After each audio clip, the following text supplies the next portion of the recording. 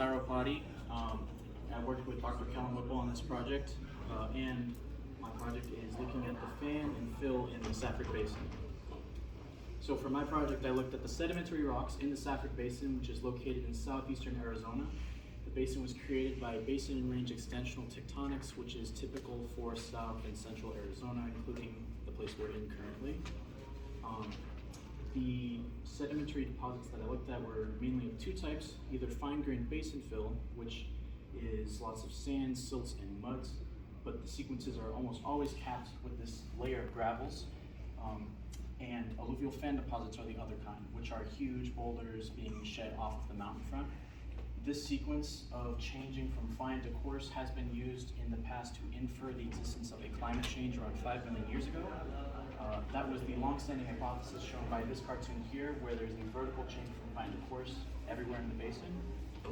My project is looking at whether there could be an alternative explanation that does not require this assumption of a climate change, which would be depositional response. So if the alluvial fan was always there and sort of met and interfingered with the basin fill deposits, whenever tectonics stopped, there was no more accommodation space, there was nowhere else for those gravels to go except prograde over the top. In order to study this, I was looking at characterizing the rock at different places to sort of map out this facies transition. In order to do this, I needed to find good exposures because of the gravel caps, there was a colluvial cover covering everything, meaning there was basically boulders covering everything unless there was a nice fresh exposure to see what was actually underneath. In order to find these, I used GIS analysis. I had a hillshade map in the top right corner, and I used a slope function to find areas with high slope above 45 degrees where there was likely to be exposure. After identifying these areas, we went into the field and sort of characterized what we thought these rocks interpreted as. So fieldwork involved hiking, driving around, looking through binoculars, and sending out drone flights to get footage and photos. I was not doing this alone. I had help from my mentor Kellen there, as well as my colleagues in my research group, including Kellen's dog Toby, who I really like. As far as results, the project is still in progress. I'm hoping to get more data in the future, but I've plotted the observations we've gotten so far. So on this map, you can see I've characterized the different exposures we visited by what I interpreted them as. The red points are all alluvial fans, so those are those boulders. The yellow points are the fine-grained basin fill, and we actually found a transitionary zone in between located here on Fry Mesa. This progression is the main evidence that I've found for either hypothesis. This transitionary zone, we haven't been able to find it elsewhere. However, that does not mean it doesn't exist. It's either eroded away or not exposed. Additionally, there are future study areas that I'm still planning to go to, especially up here, which is where there's been previous studies that have shown there's been really good exposure. Interpreting what I've found so far. So these three images show that progression I talked about. So starting in the basin, we have these really fine-grained muds. These are probably lake beds. Going up the fan, you start to get muds and sands interbedded with huge boulders inside of it. And by the time you get halfway up the fan, you're entirely in alluvial fan gravels. I've interpreted this as sort of that point where the facies meet and interfinger with each other. This type of facies interaction is also seen elsewhere, even just inside the basin fill. For example, we found that exposure last time we went in the field. It's a progradational sequence of sands and muds, which basically means the mudstones are lake beds, the sandstones were either river deposits or the delta going into the lake. The sandstones increase upsection, showing that the lake shore was sort of receding. The facies were migrating towards the basin. The results we have so far seem to support the second hypothesis, which is the lateral facies. The main evidence is the facies transition, so I have an example cross-section here. Although there was in the basin the vertical change, most of what we've seen in the exposures show a lateral change instead, which supports the fact that there didn't necessarily have to be a climate change. This does not necessarily disprove the existence of that, just that it's not necessary. An additional piece of evidence that we found was that the alluvial fan facies was found deeply incised in exposures in the fans. So if we had a climate change, we'd expect there to be fines all the way up into the basin, the side of the range, but instead we found what we believe to be the alluvial fan deposits. In terms of implications for this study plays a small part in looking at the past of paleoclimate history in Arizona and how the landscape has responded to that.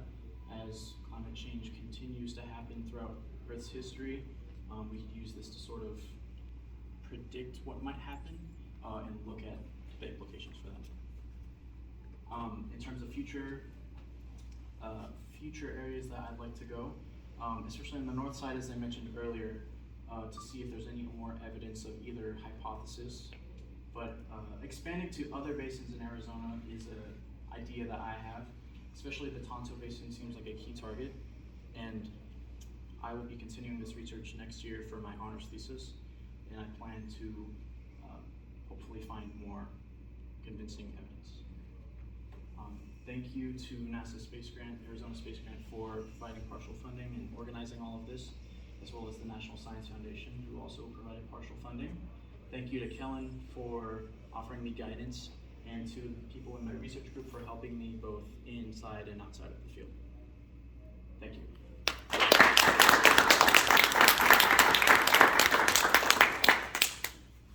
We have questions for our speaker? You seemed excited about finding like transitionary areas. Can you go back to that map that you made? That one, yeah. What's so important about those? So the transitionary areas are showing that instead of a vertical change, which is what would be supported with the climate change hypothesis, it's a lateral change. So if we were going to expect the climate change hypothesis to be true, we wouldn't see a transitionary area like this.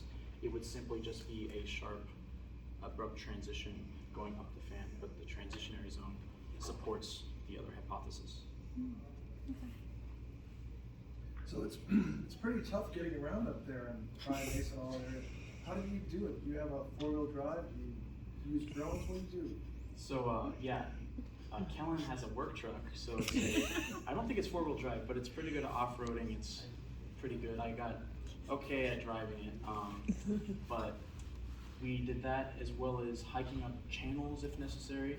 But we sent out a lot of drone flights. I learned how to fly a drone to go take pictures. It's actually kind of scary because it's really expensive. But most of these photos are taken from drone shots like this. That was just like on a sheer cliff. There was no way we'd get to that unless we had something to go at. How many drones did you lose in the process? Luckily, I didn't lose any drones. In this project, there have been stories of drones going missing in other projects, but luckily I was pretty careful. I got close once. I was on the top of the Fry Mesa and I flew a drone down on the side and I lost connection. But luckily it has a return to home feature and it sort of just came straight back and I got connection again.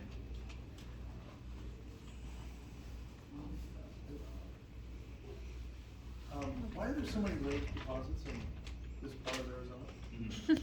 So basin and range extension formed these basins that initially were closed. So all of the water and sediment that got transported from the mountains were stuck inside of it. Additionally, at that time in history, it was much colder. There was less evaporation, so water accumulated, and eventually lakes formed. And they formed most of the area. Graham Lake, which was the lake that existed here, covered almost all of this. But once the basin started to fill with sediment, they eventually overtopped and they integrated into what is now the Gila River, which is since incised, which is why we can actually study this. It's exposed. All right, let's thank our speaker again.